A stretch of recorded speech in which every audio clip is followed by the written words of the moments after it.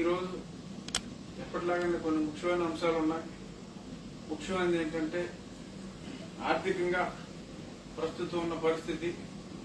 ఈరోజు కొన్ని ప్రముఖ దినపత్రికల్లో చూసాం, రిటైర్ అయిన టీచర్లకి రిటైర్ అయ్యి 6 నెలలు అయినా కూడా వారికి మరి రావాల్సిన బకాయిలు, స్టాట్యూటరీ బకాయిలు కూడా చెల్లించలేని దుస్థితిలో ఉన్నాం. వాళ్ళకే కాకుండా ట్రాన్స్ఫర్ మీద వెళ్ళిన వాళ్ళకు కూడా ఆ కొర్రీ ఈ కొర్రీ వేసి మరి జీతాలు చెల్లించట్లేదు అంటున్నారు. మరి దీనికి కొద్ది రోజుల వెనుక జరిగిన సంఘటనలు చూసిన మరి బడ్జెట్ ప్రవేశపెట్టడం కూడా జరగలేదు. ఇవాళ మరి భారతదేశంలో ఉన్న ఏ రాష్ట్రంలోనూ కూడా ఈ రకంగా బడ్జెట్ని ఆర్డినెన్స్ ద్వారా ప్రవేశపెట్టుకోవాల్సిన దుస్థితి ఎక్కడా రాలేదు. మరి ఇంకొంచెం వెనక్కి వెళ్తే మరి కాగ్ రిపోర్ట్ చూసాం. సుమారు ఒక 10 నెలల అచిరకాలంలోనే మరి 79 నుంచి 80 వేల కోట్ల రుణాన్ని మనం తెచ్చుకున్నాం. మరి ఇవన్నీ చూస్తా ఉంటే వేర్ ఆర్ వి హెడ్డింగ్, ఎక్కడికి వెళ్తున్నాం, రాబోయే రోజుల్లో మన రాష్ట్ర ఆర్థిక పరిస్థితి ఏమిటి, మరి ఇటువంటివి మరి ఆలోచిస్తున్నారా? మరి ఎక్కడా కూడా మరి ముఖ్యమంత్రి గారిని చూస్తూ ఉంటే ఆర్థిక పరిస్థితి గురించి ఆయన మాట్లాడతలేదు.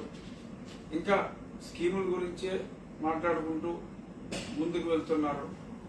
మరి ఈ సందర్భంగా చాలా మంది ప్రజలు మాట్లాడుకునే మాటలు ఏంటంటే, ఒక నీరో చక్రవర్తిని తిరిగి మళ్ళీ పునర్దర్శనం చేసుకుంటున్న భావన కలుగుతుంది అని మాట్లాడుతున్నారు. నీరో చక్రవర్తి అంటే మరి ఆ రోజుల్లో రోమ్ పాలకుడు.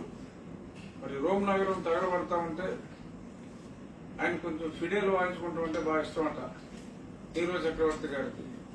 So the Rome is burning అని కూడా మనకి ఉంది. మరి నీరో చక్రవర్తి గారు ఆమెకు ఇష్టమైన ఫిడేలు వాయించుకున్నాడు అనేది నానుడి. మరి ఆ నానుడిని మరి రోమ్ ప్రభావం, మరే ప్రభావం, మరి ఈ రకంగా రాష్ట్రం ఎంత ఆర్థిక దుర్భిక్షంలో ఉంటే ఎక్కడా కూడా దాని గురించి మాట్లాడకుండా భగవంతుడి మీద భారం వేయటం మంచిదే. జనరల్గా భగవంతుడిని మనం ఏ కష్టం వచ్చినా సరే చెప్పుకుంటాం. కానీ ఈ రకంగా నడిసంద్రంలో ఉన్న ఆర్థిక పరిస్థితిని కూడా భగవంతుడి మీదే భారం వేసి మరి ఇన్ని కోట్ల మంది జీవితాలని మరియు తలసరి అప్పు 2.5 లక్షల రూపాయలు మనం అప్పు చేశామట. మరి తల్లి ఒడి కింద ఇచ్చినా, ఇంకా దేని కింద ఇచ్చినా, జగనన్న దీవెనన్నా, వైఎస్ఆర్ దీవెనన్నా, ఇవన్నీ కూడా మరి ఫ్యూచర్లో మీ దీవెనలన్నీ మరి మీ బాధుల్లాగా పరిణామ క్రమం చెందే అవకాశం ఉందని చెప్పి ఎంతో మంది వరి అవుతున్నారు. డెఫినెట్ గా సెన్సిబుల్ ఫైనాన్స్ మినిస్టర్ బుగ్గన గారు కూడా ఆయన కూడా చాలా వరి అవుతూ ఉండుంటారు. మీరు కూడా మరి కాస్త ఏమిటి రేపో మాపో మీ ఎస్పీవీలకు కూడా అప్పులు వచ్చే పరిస్థితి లేదు. బ్యాంకులు కూడా మీరేదో వాళ్ళు పిలిచి సారువారి కప్పో బొమ్మలు ఇచ్చో ఈ ఫైనాన్స్ కమిటీలో మెంబర్లు వాళ్ళని మాయమాటలు చెప్పో తీసుకొచ్చి మీతో ఫోటోలు తీసినంత మాత్రాన మీ ఎస్పీవీలకి అప్పులు వచ్చేస్తాయని దేనికన్నా ఒక లిమిట్ ఉంటుంది. ఆ ఫిల్మ్ వచ్చిన తర్వాత ఇంకా చాలా కష్టం. మరి ఇటువంటి పరిస్థితుల్లో స్టాట్యూటరీ పేమెంట్స్ కూడా మీరు చాలా ఇంపార్టెన్స్ ఇవ్వాలి. అలాగే మరి ఒక 30,000 కోట్లు మీరు కొన్ని పెడుతున్నారు వెబ్సైట్లో. ఆల్రెడీ సీరియల్లో ఉన్న పేమెంట్లు, మరి సీరియల్లోకి రానివి, సీరియల్లోకి వచ్చినవి ఒక 30,000 కోట్లు ఉంటే రానివి ఒక 70,000 కోట్లు ఉన్నాయంటున్నారు. మరి కొన్ని లటక్కుమని ఏదో ఓ రెడ్డి గారి కాంట్రాక్టర్ ఉంటే ఆ రెడ్డి గారికి పెట్టి ఆ పేమెంట్ చేసేసి మరి మిగిలిన వారికి, ఇతర కులాల వారికి మరి చాలా అన్యాయం జరుగుతుందని కూడా మరి కంప్లైంట్స్ అయితే ఉన్నాయి. మరి ఎంతవరకు నిజం అనేది మీరే అంటే మీరు చెప్పకపోయినా మీ మనసులో వారి మీద ప్రేమ ఉంటుందన్న దుర్భావంలో మరి మీ ఫైనాన్స్ అధికారులు ఉండి అలా చేస్తున్నారా? మరి లేదు, మరి మీరే చెప్పారా? ప్రజలైతే ఈ రకంగా మాట్లాడుకుంటున్నారు. మరి 2 నెలల క్రితం అనుకున్నాం, మరి రుణాంధ్రప్రదేశ్ నుంచి దివాలా ఆంధ్రప్రదేశ్గా మనం ఏదన్నా మారుతున్నామా అని. మరి ఇది చూస్తే ఈరోజు ఆ అంచనాలు పూర్తిగా నిజమైనట్టుగా ఉన్నాయి. కాబట్టి మరి ఆర్థిక పరిస్థితి మీద, దివాలాంధ్ర పరిస్థితి మీద ఒక శ్వేతపత్రం అసలేంటి, వేర్ ఆర్ వి అనేది, మరి కొత్తగా అప్పు పుట్టకపోతే మనకున్న సరే లిక్కరు పచ్చి అబద్ధం ఆడాం. మరి గతంలో 5 నుంచి 7,000 కోట్లు ఉన్న ఆదాయం మరి ఎన్ని జీవితాలు నాశనం అయిపోతున్నాయి. మరి వాళ్ళు అక్కడ ఆ షాపులు పెట్టారు, ఈ షాపులు పెట్టారని చెప్పి మరి ఇప్పటి ప్రతిపక్ష నాయకుడిని, అప్పటి ముఖ్యమంత్రిని చాలా దారుణంగా దూషించి మనం పదవుల్లోకి వచ్చాం. మరి ఇప్పుడు చూస్తే సుమారు మరి 2.5 నుంచి 3 రెట్లు ఆదాయం మద్య నిషేధాన్ని విధించి కూడా మనం పెంచాము అంటే, క్వాలిటీని తగ్గించి మనం పెంచామంటే మరి అది ప్రజలకి ఎంత రుణభారంగా మారుతుంది. రాష్ట్రం పోతుంది, అటు ప్రజలు కూడా వాళ్ళ ఆరోగ్యం చెడిపోతారు. మరి ఇంతంత రేట్లు పెట్టి మనం ఆదాయాన్ని పెంచుకుంటున్నాం. మరి వాళ్ళకి అది ఇవ్వటం ఎందుకు, మద్య నిషేధం అని మనం చెప్పటం ఎందుకు, దాని మీద ఆదాయాన్ని మళ్ళీ నెక్స్ట్ 5 సంవత్సరాలకి నా రిసీవబుల్ ఈ రేంజ్ లో ఉంటుందని చెప్పి మళ్ళీ తిరిగి దాన్ని అప్పు చేయటం ఎందుకు? మరి ఇన్ని రకాలుగా మనం మాటలు మార్చుకుంటూ పోతూ ఉంటే మరి ఎలా అనేది మరి విజ్ఞత కలిగిన ప్రతివాడు మాట్లాడుకుంటున్నారు. ఒకసారి మనం ఎవరినైనా సరే మోసం చేయగలం, ప్రతిసారి మోసం చేయగలగటం చాలా కష్టం. ఇప్పుడు మొన్న పంచాయతీల్లో కానీ మున్సిపాలిటీల్లో కానీ మనం ఎవరి సహకారంతో నెగ్గామని చర్చించుకున్నాం. రేపు వాళ్ళ సహకారంతోనే, పైగా ప్రజలకున్న తెలివితేటలు అవనివ్వండి, పెద్ద ఛాన్స్ తీసుకోరు. ఇప్పుడు డెఫినెట్గా కూడా ఎవరో ఛాలెంజ్ చేయక్కర్లేదు. ఒక ఆయన 4 లక్షలను ఛాలెంజ్ చేశారు, ఒక ఆయన 3 లక్షలను ఛాలెంజ్ చేశారు. సరే, మనకు కూడా ప్రతిపక్షాల సపోర్ట్ ఉంది. మరి అది ఎలా అనేది తర్వాత చర్చిద్దాం. ప్రతిపక్షాల సహకారం ఏంట్రా బాబు ఇందులో అని. బట్ ఏదేమైనప్పటికీ రేపు తిరుపతిలో కూడా మనం నెగటివ్ ఖాయం, మంచి మెజారిటీతోనే నెగటివ్ ఖాయం. కానీ ఆ గెలుపుని చూసి మనకి ఇంకా మనం ఏం చేసినా సరే అప్రతిహతంగా చేసుకోవచ్చు అని అనుకుంటాం, తప్పు. ఇప్పుడు గతంలో పంచాయతీల్లో మరి కొన్ని పంచాయతీలు మనం కోల్పోతే మరి అక్కడ ఇచ్చిన ఇళ్ల స్థలాలను కూడా క్యాన్సిల్ చేయాలని చెప్పి అధికారుల మీద తీవ్రమైన ఒత్తిడి పెడుతున్నారు. మన రైకాపాలెం, జోస్రా రైకాపాలని చెప్పి నాయకులు మాట్లాడుకోవడం కూడా జరుగుతుంది. సో కాబట్టి ఇటువంటివన్నీ చూస్తే ఎవడో రిస్క్ తీసుకోడు. కాబట్టి అది తీసుకుని రిస్క్ ఇదంతా ఒకేసారి ఆ ఫైనల్ ఎలక్షన్లో మన మీద పడవచ్చు. సరే, ఇప్పటికి నన్ను మీరు ఉంచుకుంటారో ఉంచుకోరో అన్న సంగతి పక్కన పెడితే, ఏదైనా ఈ పార్టీ మీద నెగ్గిన ఎంపీగా మీకు ఈ మాత్రం హితవచనం చేయటం నా బాధ్యతగా భావించి మీకు ఆ హితవచనం చేస్తున్నాను. తిరుపతిలో రేపు రాబోయే గెలుపుని చూసుకోవడం మీరు బలుపు అని చెప్పి అనుకోవద్దు. అది కూడా వాపుగానే మనం గుర్తించుకుంటే మనకి చాలా మంచిదని చెప్పి నా భావన. ఇంకేమైనా ఇష్యూలు ఉంటే మీరు ఆంధ్రప్రదేశ్ ఒక పక్కన ఆర్థిక పరమైనటువంటి దీంట్లో పోతుంది అంటున్నారు, మరో పక్కన మద్యం ద్వారా అంటున్నారు. ఇది పోతుంది అన్ని అటు నింపుకోవాలని చూస్తున్నారు. నింపుకునే ప్రయత్నం చేసినప్పటికీ కూడా ప్రజల్ని చంపుకోవడం తప్ప ఆ నింపుకోవడం వల్ల వస్తుంది ఒక 20,000.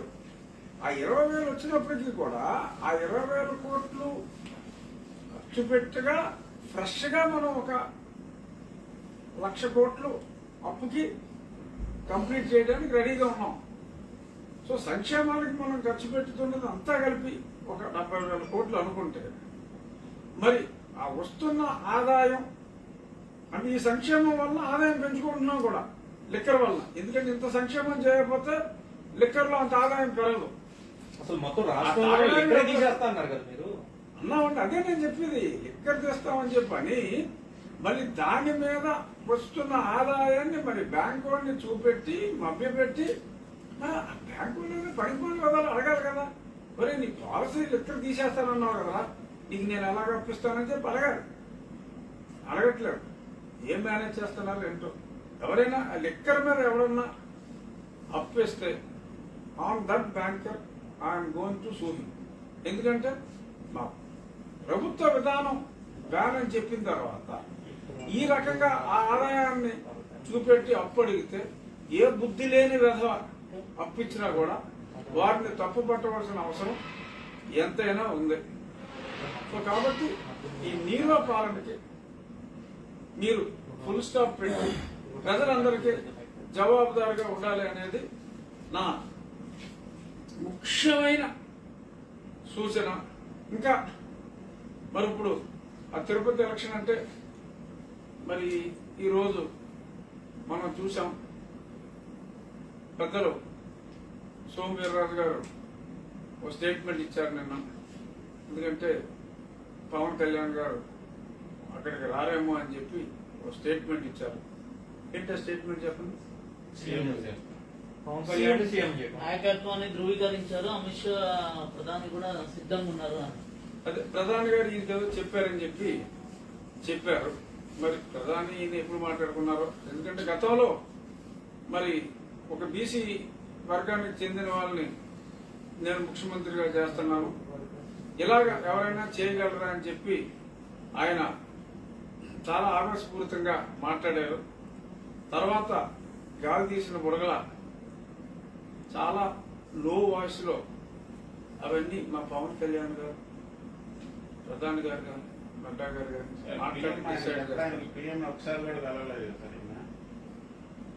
రవిగాంచని చోట కవిగాంచును అంటే ఇప్పుడు కవి చెప్పాల్సిన అవసరం లేదు. రవిగాంచని చోట కవిగాంచును. ఒక కవి గారు ఒక స్త్రీని వర్ణిస్తాడంటే ఆ స్త్రీని చూసేదానా కవులుగా కెపాసిటీ ఉంటుంది. అలా ప్రధానమంత్రి గారు నేను కలిస్తే ఏ రకంగా చర్చకు రావచ్చు ఊహించుని కూడా చెప్పచ్చు. అంటే మరి ఈయన ప్రతిస్థాయి నాయకుడు కాబట్టి కలిశారేమో, మన ఎవరికి తెలియకుండా కలిశారేమో. ఏమో ఆయన బంగ్లాదేశ్ కలిశారేమో, మీకు నాకేం తెలుసు ఇది కదా. కలుసుకుండొచ్చు, లేకపోతే ఆయన మడుగాలు ఎంతో చెప్తారు. కానీ అక్కడ మెయిన్ పాయింట్ ఏంటంటే నాకు అర్థం కాదు, అంటే నన్ను చాలా ఆందోళనకు గురి చేసిన అంశం ఏంటంటే ముఖ్యమంత్రి అభ్యర్థిగా అని అలా ముఖ్యమంత్రిని చేస్తానన్నారు. అవునా కాదు? అంటే దాని అర్థం ఏంటి? తిరుమలేసా అభ్యర్థిగా ప్రకటించడం అంటే నెక్స్ట్ ఎలక్షన్ లో ఆయన అభ్యర్థిగా పెడతారు. ఓకే, ప్రజలు ఈసారి ఆదరించవచ్చు, మంచిదే. కానీ ముఖ్యమంత్రిగా అంటే మరి ఇప్పుడు మా ప్రభుత్వం మనుగడగా ఉన్న ముక్కుందా అన్న డౌట్, అనుమానం మరి నాకు వచ్చింది. మీరు తిరుమలేశ అంటున్నారు. తిరుమలేశుడికి తలనీలాలు సమర్పించుకోవడం భక్తులకి ఆనవాయితీ. భక్తులు చాలా మంది తలనీలాలు సమర్పించుకొని మొక్కులు చెల్లించుకుంటారు. ఇప్పుడు ఆ వాటికే అతిగతి లేకుండా పోతుంది, అవి మాయమైపోతున్నాయి అని చెప్పేసి. తర్వాత గుళ్ళో కూడా మార్పులు చేర్పులు చేస్తున్నారంట సార్. ఇప్పుడు ముందు బొచ్చు గురించి మాట్లాడుకుందాం. మా పార్టీ నాయకులు చాలా మంది ఆ పేరు చివర 2 అక్షరాలు ఉన్న వాళ్ళు సోషల్ మీడియాలో చాలా ఎక్కువగా 5 స్టార్ అంటే సరే ఏదన్నా ఒక 90% కామెంట్స్ అన్ని నాకు పాజిటివ్ గానే ఉంటున్నాయి. ఓ 10% నా బొచ్చు గురించి మాట్లాడుతున్నారు. ఏదో నా బొచ్చు గురించి మాట్లాడుతున్నారు అనుకున్నాను, కానీ భక్తులు ప్రేమతో వెంకటేశ్వర స్వామికి సమర్పించిన తలనీలాలు, అంటే తలనీలాలు అనేది లిటిల్ డీసెంట్ వర్డ్. సరే, మా అందరూ నా గురించి బొచ్చని మాట్లాడుతున్నారు కాబట్టి చెప్తున్నా. తలనీలాలు అంటే మన తల మీద ఉన్నంతసేపు తలనీలాలు, మరి తీసేసిన తర్వాత దాన్ని బొచ్చని అంటారు. సో ఆ బొచ్చులు కూడా వదలలేదేంటి అనేది. అంటే పైకేమో నా బొచ్చు గురించి మాట్లాడతారు, చాటున భక్తులందరూ ప్రేమతో ఇచ్చిన ఆ బొచ్చును కూడా మీరు వదలలేదంటే మీరు మామూలు వాళ్ళు కదరా బాబోయ్. చాలా స్పష్టంగా ఆధారాలతో సహా దొరికారు కదా, తీసుకెళ్తా. మరి ఇప్పుడు ఏం చేస్తారు అనేది మనం వేచి చూడాలి. గతంలో కూడా మనం చూసాం, ఎవరైనా పేపర్లో వచ్చిన తర్వాత అన్నీ జరిగిన తర్వాత కూడా నిందారోపణ చేస్తే మరి పరువు నష్టం కావాలని అయ్యని అంటున్నారు. మరి ఎవరొకళ్ళు మొత్తం మీద ట్రస్టీలుగా ఉన్నారు, ఒక చైర్మన్ గారు ఉన్నారు, ఒక 30 మందో 60 మందో మెంబర్లు వేశారు. మరి వీళ్ళందరూ కూడా కరెక్ట్గా మరి రెస్పాన్సిబిలిటీ తీసుకోవాలి. ఈ రకంగా మరి సుమారు 2 కోట్ల విలువైన తలనీలాలు మరి ఈ రకంగా మరి తరలిపోవటం అంటే చాలా దురదృష్టం, అన్యాయం. భగవంతుడికి సంబంధించి ముఖ్యంగా వెంకటేశ్వర స్వామికి సంబంధించి ₹1 కొట్టేసినాడు కూడా బాగుపడిన దాఖలాలు అయితే లేవు. It's matter of time. Social మీడియాలో వచ్చినాయి, ఏంట్రా బాబు ఎర్రచందనం కొట్టేస్తున్నారు. సరే, అది డైరెక్ట్గా స్వామివారికి చెందింది కాదు కాబట్టి, ఆ కోణాల చుట్టూ ఉంది కాబట్టి దట్స్ ఆల్ రైట్ అనుకున్నాం. ఇసుకలో కొట్టేస్తున్నారు, సరే ఎక్కడో దూరంగా ఉన్న ఇసుక కాబట్టి దట్స్ ఆల్ రైట్ అని అనుకున్నాం. మరి ఇలా ఈ రకంగా మరి భక్తులు ప్రేమతో సమర్పించిన దీన్ని కూడా కొట్టేయటం అంటే నిజంగా చాలా ఇవాళ అసలు సోషల్ మీడియా అంతా అద్దరిల్లిపోతుంది.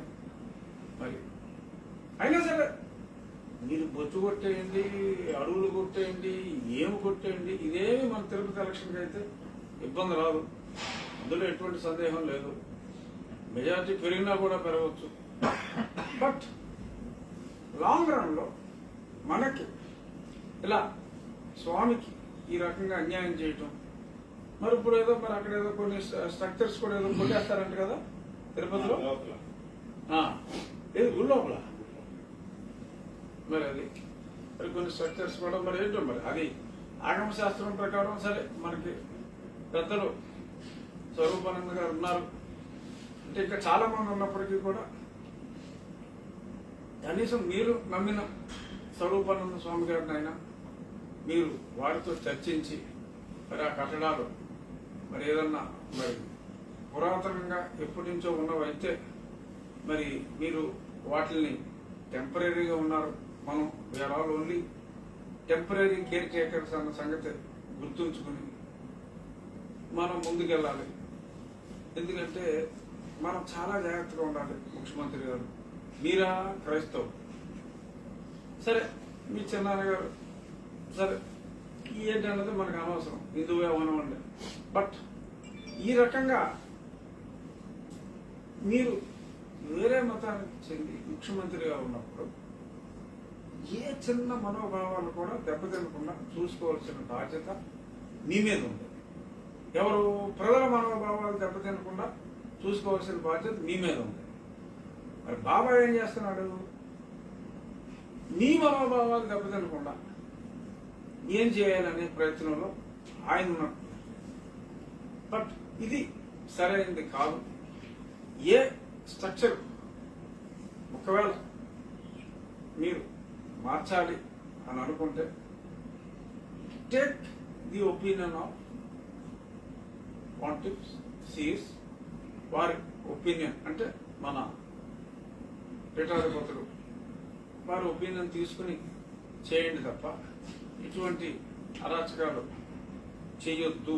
స్వామివారికి దోచిన బొచ్చుతోటి ఆపేసి దాన్ని వెనక్కి స్వామివారికి అప్పచెప్పి దానికి మంచి ఆదాయం కాబట్టి ఇంకా ఫర్దర్ అన్యాయం చేయకుండా ఉండాలి అని చెప్పి మీరు మీ బాబాయ్ గారికి మీరు అపాయింట్ చేసిన ట్రస్టీలందరికీ కూడా ఒక అవసరమైతే రాష్ట్ర ప్రభుత్వం తరఫున మీటింగ్ పెట్టి ఆపాలని చెప్పి మనస్ఫూర్తిగా కోరుకుంటున్నాను.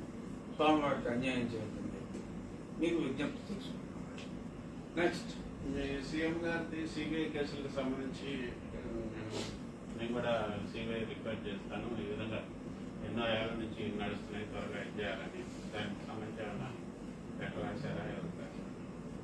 అది కాదు. అంటే నేను ఒక ఇంటర్వ్యూలో ఏమన్నానంటే, సరే నా మీద మరి అత్యుత్సాహంతో మరి ఒక ఎఫ్ఐఆర్ అయితే కట్టించారు. ఆ ఎఫ్ఐఆర్ కట్టించడం వెనక కూడా మరి మా సీఎం ఆఫీస్ వాళ్ళు మరి ప్రోత్సాహంతో మరి ఇన్సెంటివ్స్ కూడా ఇచ్చారని చెప్పి కూడా కొంత న్యూస్ వచ్చింది. ఒక ఎంపీ గారి ద్వారా ఇన్సెంటివైజ్ చేశారని. సో దాని మీద అంటే అప్రోప్రియేట్ టైం నెక్స్ట్ ఫ్యూ డేస్లో నేను ఇన్వెస్టిగేట్ చేయండి, ఎవరన్నా మీ అధికారులను ఎవరన్నా ఇన్సెంటివైజ్ చేశారా అనే దాని మీద డెఫినెట్గా అడుగుతాను. బట్ అలాగే ఇంకొకటి కూడా ఏంటంటే జనరల్గా ఇప్పుడు మా ముఖ్యమంత్రి గారు పాపం ఈయన పనుల ఒత్తిడి వల్ల కోర్టుకి అటెండ్ అవ్వలేకపోతున్నారు. బట్ మరి న్యాయస్థానం సుప్రీంకోర్టు మరి ఒక సంవత్సరంలోనో ఎంతో సమయంలో మరి క్లియర్ చేయమన్నారు. మరి క్లియర్ ఏ బెంచ్ అయితే మరి క్లియర్ చేయమందో ఆ బెంచ్ మీదే మరి అదృష్టమా మరి ఏంటో మరి తెలియదు, కానీ మరి ఇది స్పీడప్ చేయమన్నా అంటే జనరల్గా దేశ స్థాయిలో ఇటువంటి కేసుల్ని స్పీడప్ చేయమన్న బెంచ్ మీద మరి వారు కొన్ని కామెంట్స్ చేయటం, మరి దాన్ని కంటెంప్ట్గా మాట్లాడటం, అటార్నీ జనరల్ గారు కూడా చెప్పటం, ఇవన్నీ కూడా జరిగిన బ్యాక్గ్రౌండ్లో మరి ఆ కంటెంప్ట్ కింద కూడా తీసుకునే అవకాశం, కంటెంప్ట్ తీసుకుంటే చిన్న కంటెంప్ట్ అంటే 6 నెలలు వేయచ్చు, నెల వేయచ్చు, లేదు ఒక 5 నిమిషాలు కోర్టులో నుంచోమనొచ్చు, ఏదైనా జరగవచ్చు. బట్ డెఫినెట్గా మరి న్యాయస్థానాలను గౌరవించే ప్రజలు ఆంధ్ర రాష్ట్రంలో లేకపోయినా, ఎందుకంటే మొన్న అనుకున్నాం ఆంధ్ర రాష్ట్రం వాళ్ళకి సిగ్గు ఎంతవరకు ఉందో నాకు తెలియదు, కానీ ధైర్యం అయితే ఏమాత్రం లేదనేది సుస్పష్టం. సో కాబట్టి ఆంధ్ర రాష్ట్రంలో ఉన్న వాళ్ళు ఎవరు ఈ కంటెంప్ట్ వేయలేకపోయినా మరి దేశంలో న్యాయస్థానాన్ని గౌరవించే వాళ్ళు చాలా మంది ఉన్నారు. కాబట్టి ఆ కంటెంప్ట్ వేస్తే కూడా చిరు ప్రమాదం వచ్చే అవకాశం ఉంది.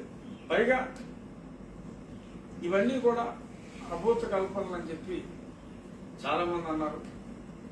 నేను అదే అనుకుంటున్నాను. నిన్న మొన్న ఒక వీడియో కూడా వచ్చింది. గతంలో ఇప్పుడు తిరుపతిలో బీజేపీ అభ్యర్థి గారు కూడా గతంలో ఇవన్నీ కూడా కావాలని చెప్పి పెట్టిన కేసులు అని చెప్పి మాట్లాడిన వీడియోస్ కూడా మళ్ళీ నిన్నటి నుంచి సోషల్ మీడియాలో బాగా సర్క్యులేషన్లో వచ్చినాయి.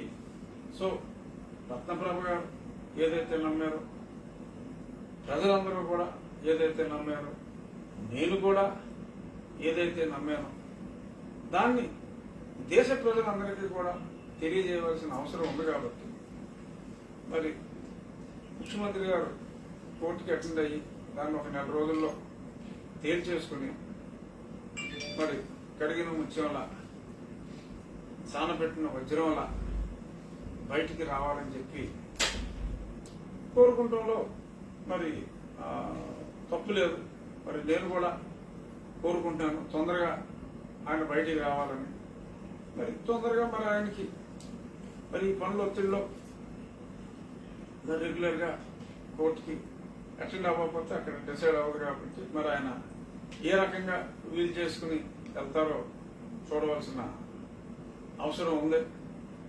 అలా అటెండ్ అయ్యేలాగా చూడవలసిన బాధ్యత కూడా మరి న్యాయకోవిధుల మీద కూడా, న్యాయమూర్తుల మీద కూడా ఉంది.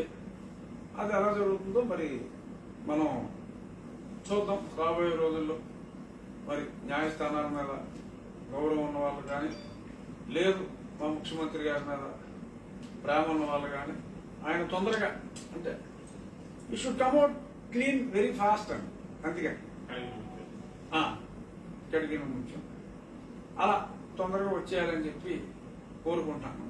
అలాగే మరి ఇంకా ఒక అందరూ కూడా మాట్లాడుకునే ఇష్యూ, మరి ఇన్ని అవార్డులు వస్తున్నాయి మాకు, పోలీసులకి బెస్ట్ పోలీసింగ్ అవార్డు అని ఇలా రకరకాలుగా స్కోచ్ అవార్డు, ఇలా చాలా అవార్డ్స్ మా సవాంగ్ గారికి వస్తున్నాయి, అంటే పోలీస్ శాఖకి. కానీ మా ముఖ్యమంత్రి గారికి ఎంతో ఇష్టమైన చిన్నాన్నగారు వారి హత్య కేసుని మరి మేము 8 నెలల్లో ఛేదించలేకపోవటం, మరి సిబిఐ కూడా గత 12 నెలలుగా 12 నెలలైనా దాటిందా 14 నెలలుగా ఛేదించలేకపోవటం చాలా ఆశ్చర్యకరంగాను, పోలీస్ శాఖకు కూడా చాలా అవమానకరంగాను, మరి రాష్ట్ర ప్రజలందరికీ అనుమానకరంగాను ఉంది.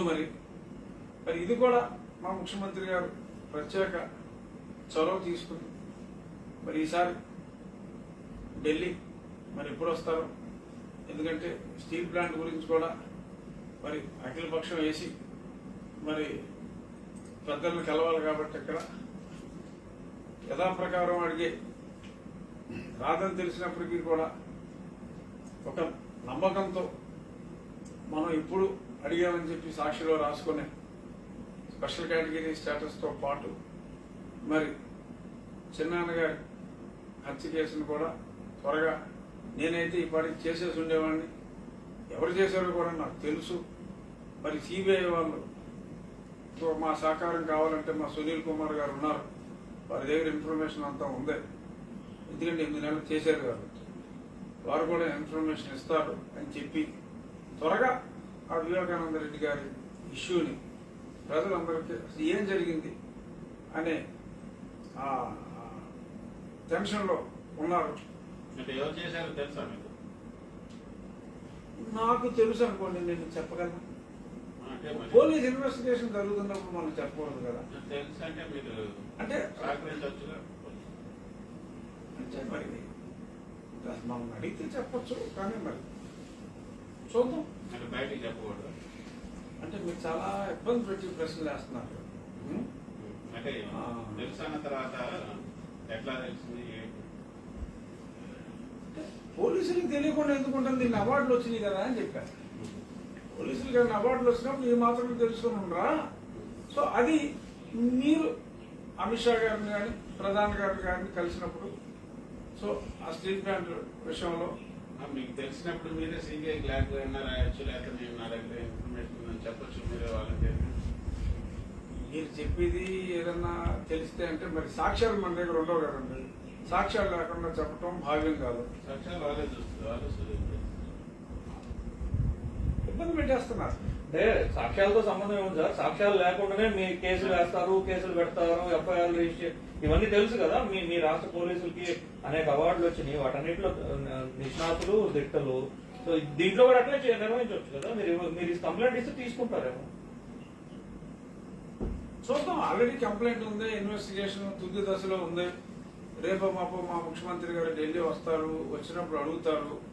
సో కాబట్టి ఇంకా నేను చేయవలసిన మంచి పనులు చాలా ఉన్నాయి కాబట్టి ఈ ఒక్క పని మా ముఖ్యమంత్రి గారికి వదిలేద్దాం. అండర్స్టాండింగ్ వచ్చేద్దాం. ఈ ఒక్క పని ఆయనకు వదిలేద్దాం.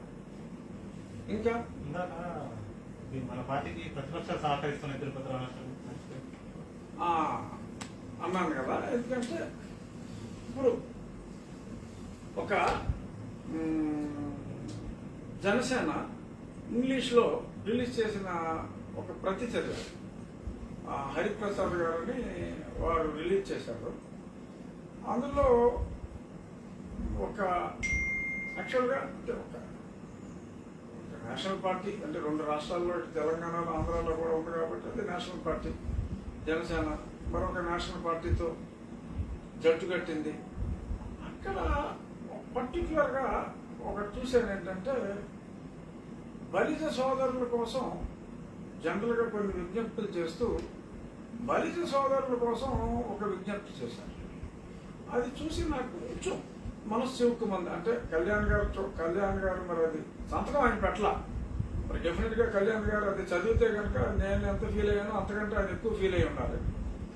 పరిచయ సోదరులను ఉద్దేశించి ప్రత్యేకంగా మాట్లాడటం జరిగింది.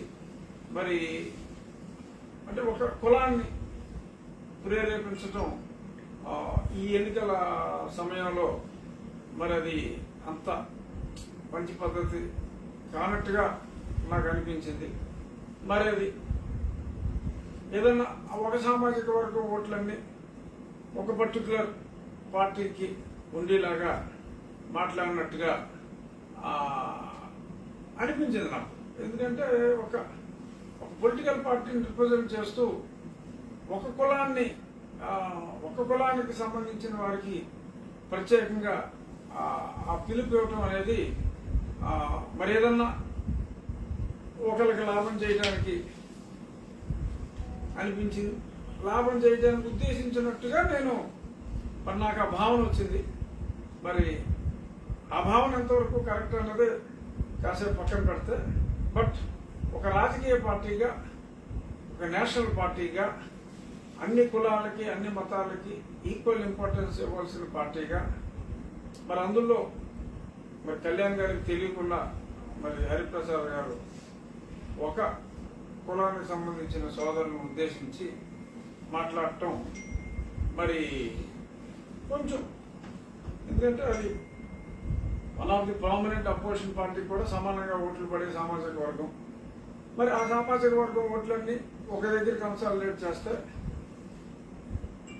మరి ఏదన్నా మరి వారికి అడ్వాంటేజ్ ఉంటుందా, లేకపోతే మా పార్టీకి అడ్వాంటేజ్ ఉంటుందా అనేది చూడాలి. ఏం జరుగుతుందో చూడాలి. కానీ కొన్ని స్టేట్మెంట్స్ నాకు ఆ పార్టీకి కొంత ఇబ్బందిగా అనిపించిన స్టేట్మెంట్ ఏమో లాంగ్ రన్ లో. ఎందుకంటే మరి మిగిలిన కులాల్లో కూడా కళ్యాణ్ గారిని ఒక వ్యక్తిగా ఆరాధించే వాళ్ళు ఎంతో మంది ఉన్నారు, అన్ని కులాల్లో ఉన్నారు. మరి ఆ పార్టీ లెటర్ హెడ్ లో ఇలాగా ఒక కులం గురించి మాట్లాడటం అనేది కొంత ఇన్కన్వీనియన్స్. మంచి మాటకి వెళ్దామా? ఇదిగో ఇదే ఇల్లెక్కి గోలగోల. ఏంటి, వైసీపీ ఓడిన గ్రామాల్లో ఇళ్లపై యాగి. మరి ఇది కొంచెం అన్యాయం. ఇలాంటివి ఉన్నాయి. సరే, మంచి మాటకి వెళ్దాం. ఇక ప్రెసిడెంట్ అయిపోయినట్టేనా వాటికి? మిమ్మల్ని మీరు మార్చుకోగలిగితే ఈ ప్రపంచంలో ఒక మూర్ఖుడు తగ్గినట్టే.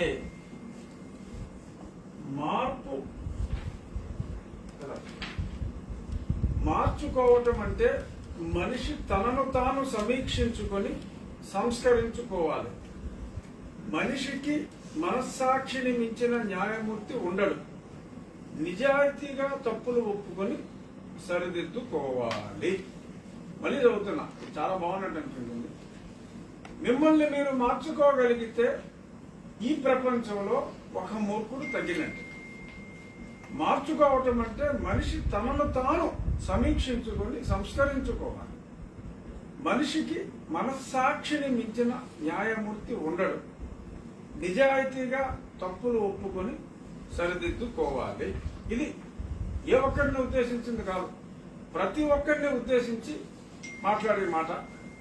సో మనల్ని మనం సంస్కరించుకుంటూ ఈ ప్రపంచానికి ఒక మూర్ఖుడు తగ్గుతాడనే భావన ప్రతి ఒక్కరిలోనూ వచ్చిన రోజు మరి ఈ ప్రపంచంలో మూర్ఖులే ఉండరనేది ఇది రాసిన వాడి భావన. సరే, ప్రపంచం సంగతి మనకెందుకు. మన రాష్ట్రంలో మూర్ఖులు లేని రాష్ట్రంగా మన రాష్ట్రం ఉండాలనేది నా కోరిక. మూర్ఖరహిత రాష్ట్రం అంటావా?